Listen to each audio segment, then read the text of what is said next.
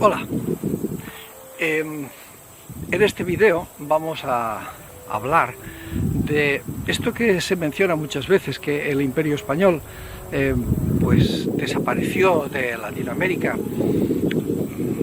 hace 200 años, bueno, Cuba 100 años menos, ¿no? Pero hace 200 años que ya no hay Imperio Español y que por lo tanto pues cualquier cosa que le pase a las repúblicas latinoamericanas, pues francamente, es decir, ya no es responsabilidad de los españoles, porque en 200 años seguramente cualquier república ha tenido tiempo más que de sobras como para hacer y deshacer y volver a hacer y volver a rehacer todo lo que le haya dado la gana. Es decir, más que de sobras, ¿no? Bien, parece que es un argumento sólido, importante y que, bueno, diría, pues hombre, no hay nada más que decir. Sin embargo, sí hay cosas que decir.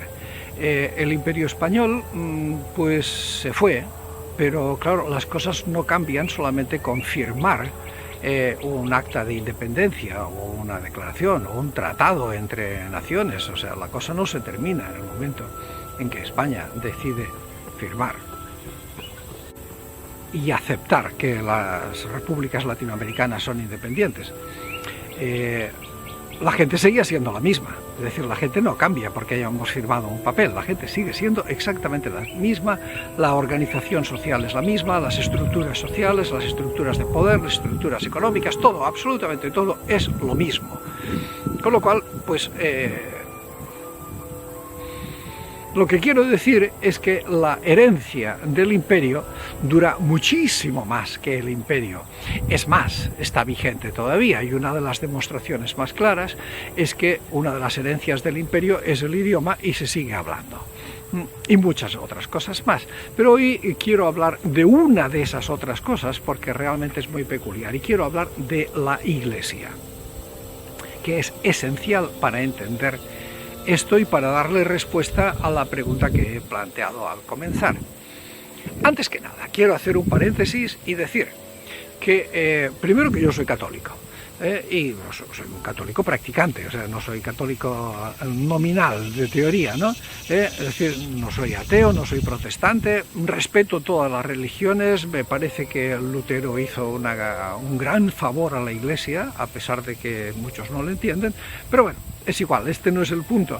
Lo que quiero decir es que, y esto creo que es necesario tenerlo muy claro, es que cuando hablo de la Iglesia en este video, pues no me refiero a la Iglesia de hoy, a la Iglesia del Papa Francisco, que es una iglesia absolutamente diferente de la iglesia que había en la colonia española, y desde luego de la iglesia que había también pues, en la vida republicana, sobre todo en sus comienzos.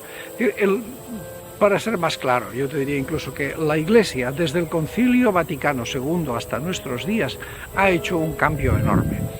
Desde luego muchos querríamos que el cambio fuera más amplio, más profundo y mejor. Pero bueno, la Iglesia tiene sus ritmos y las cosas son como son, ¿eh? Es decir, y ahora tampoco voy a estar hablando aquí sobre cuestiones de fe, ni de sacramentos, ni de la vida eterna, ni nada. No, vamos a hablar sobre el papel político de la Iglesia, que en estos momentos, gracias a la reforma que se está haciendo en la Iglesia y que no se ha terminado, ese papel político de la Iglesia es cada vez menor, gracias a Dios. Pero es que en la época de la colonia el papel político de la Iglesia era absolutamente definitivo. Hasta el punto que creo que se puede decir, sin exagerar, que el Imperio Español, que se llamaba, ojo al dato, casualidad, no es casualidad, se hacía llamar a sí mismo la monarquía católica, a diferencia de otros países, como podía ser, qué sé yo, Polonia, o podía ser Austria, o podía ser Baviera, o podía ser Venecia, que ninguno de ellos se llamaban la monarquía católica y eran todos países católicos. Bueno, pues lo que quiero decir es que esa monarquía católica, esos que presumían, nosotros somos la monarquía católica, en realidad lo que era es una teocracia,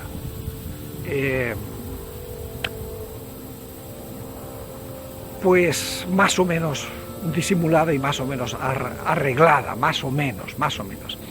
¿Qué quiere decir teocracia? Vamos a ver, lo explico.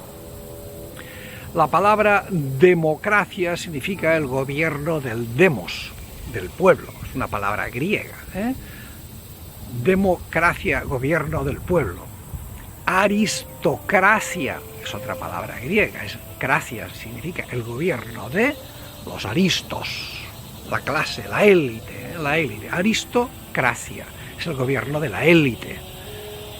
Teocracia, ¿qué significará? Pues la palabra teo es una palabra también griega, teos, que significa Dios. La teocracia es el gobierno de Dios, es que Dios está gobernando un país, eso es una teocracia. Pero lo que ocurre es que a Dios nunca lo hemos visto firmando edictos, ni haciendo sentencias, ni aprobando leyes, sino que lo han hecho unos seres humanos, como tú y como yo, que se atribuyen estar haciendo lo que Dios quiere. Eso era la Iglesia, era un poder político que se atribuía, decir, nosotros que estamos haciendo lo que Dios quiere. En el caso del Imperio Español era bastante chungo, por decir así, porque la Iglesia tenía un enorme poder político, pero sí estaba sometida al rey, o sea, era el rey el que mandaba, y era el rey el que ponía y quitaba obispos y cardenales y lo que le daba la gana, o sea, la Iglesia la tenía perfectamente controlada, era un instrumento más de gobierno, hasta tal punto que los miembros de la Iglesia eran realmente funcionarios del Estado y cobraban del Estado, o el Estado les daba los medios para ganarse la vida. E incluso con mucha frecuencia los virreyes eran los obispos, con mucha frecuencia. Pasó en México, pasó en Lima, pasó que, bueno, pues por los motivos que fuera, el rey decidía que el obispo va a ser el virrey, y entonces pues ya ahí en una sola persona se concentraban todos los poderes, ¿no? El poder civil y el poder religioso y el poder militar. Por esto es lo que te digo, que aquello, aunque no de nombre, de hecho sí era una teocracia, e incluso también pues en los objetivos. ¿Qué objetivos tenía la monarquía católica? Defender la fe, defender la Iglesia, defender todo. Así lo dijeron muchísimas veces, y así hemos de suponer que era lo que querían hacer a su manera, ¿no? Y por eso se metieron en guerras infinitas que acabaron destrozando a España misma y a las colonias, ¿de acuerdo? Bueno, pues entonces una teocracia.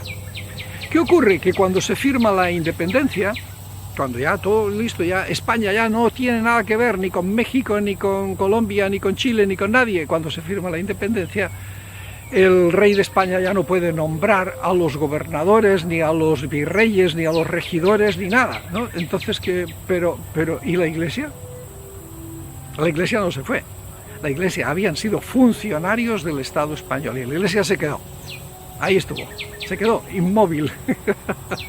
Y ahí se planteó un conflicto, y el conflicto fue que los nuevos gobernantes, los presidentes de las repúblicas, dijeron, bueno, pues nosotros queremos ser ahora los que nombremos a los obispos y queremos controlar a la Iglesia exactamente igual que hacía el rey.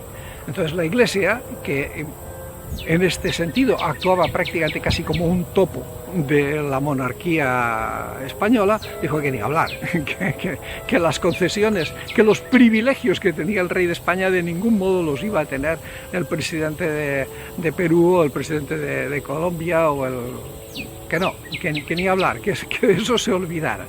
Con lo cual, entonces se inauguró una época muy divertida, y es lo que explica en buena parte que esos 200 años que han pasado desde la independencia hasta el día de hoy, en realidad se ha mantenido ese topo del imperio que era la Iglesia hasta el día de hoy. La Iglesia ha organizado guerras, ha organizado invasiones, ha organizado golpes de Estado, ha causado la destitución de presidentes y de autoridades políticas en todas partes, ha entorpecido todo lo que ha podido el progreso democrático de estas naciones.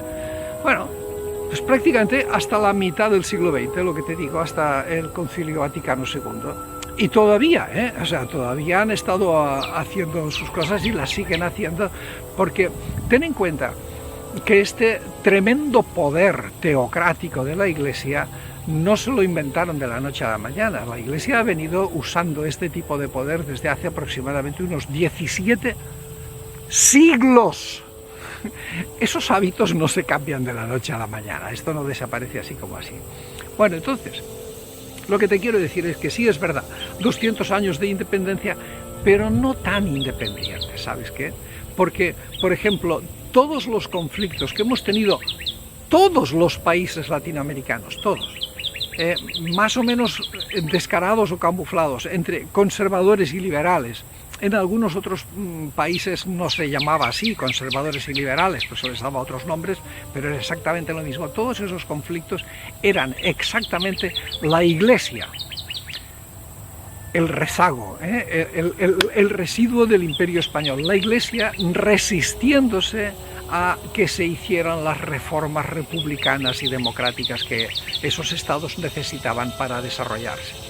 Es decir, que otros países, si por ejemplo tú dices Japón, Japón, que empieza su revolución cultural pues por los años a mitad del siglo XIX, puede hacerlo porque no tiene una iglesia en contra.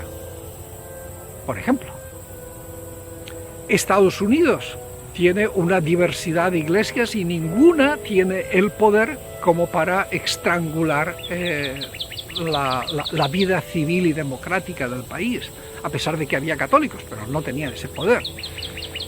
Entonces, date cuenta de que sí, efectivamente, esos 200 años de independencia han estado lastrados por un regalito que nos dejó el imperio, que fue la Iglesia Católica en su mejor expresión de reaccionaria, hiperconservadora y retrógrada, en su mejor expresión, porque esto era así.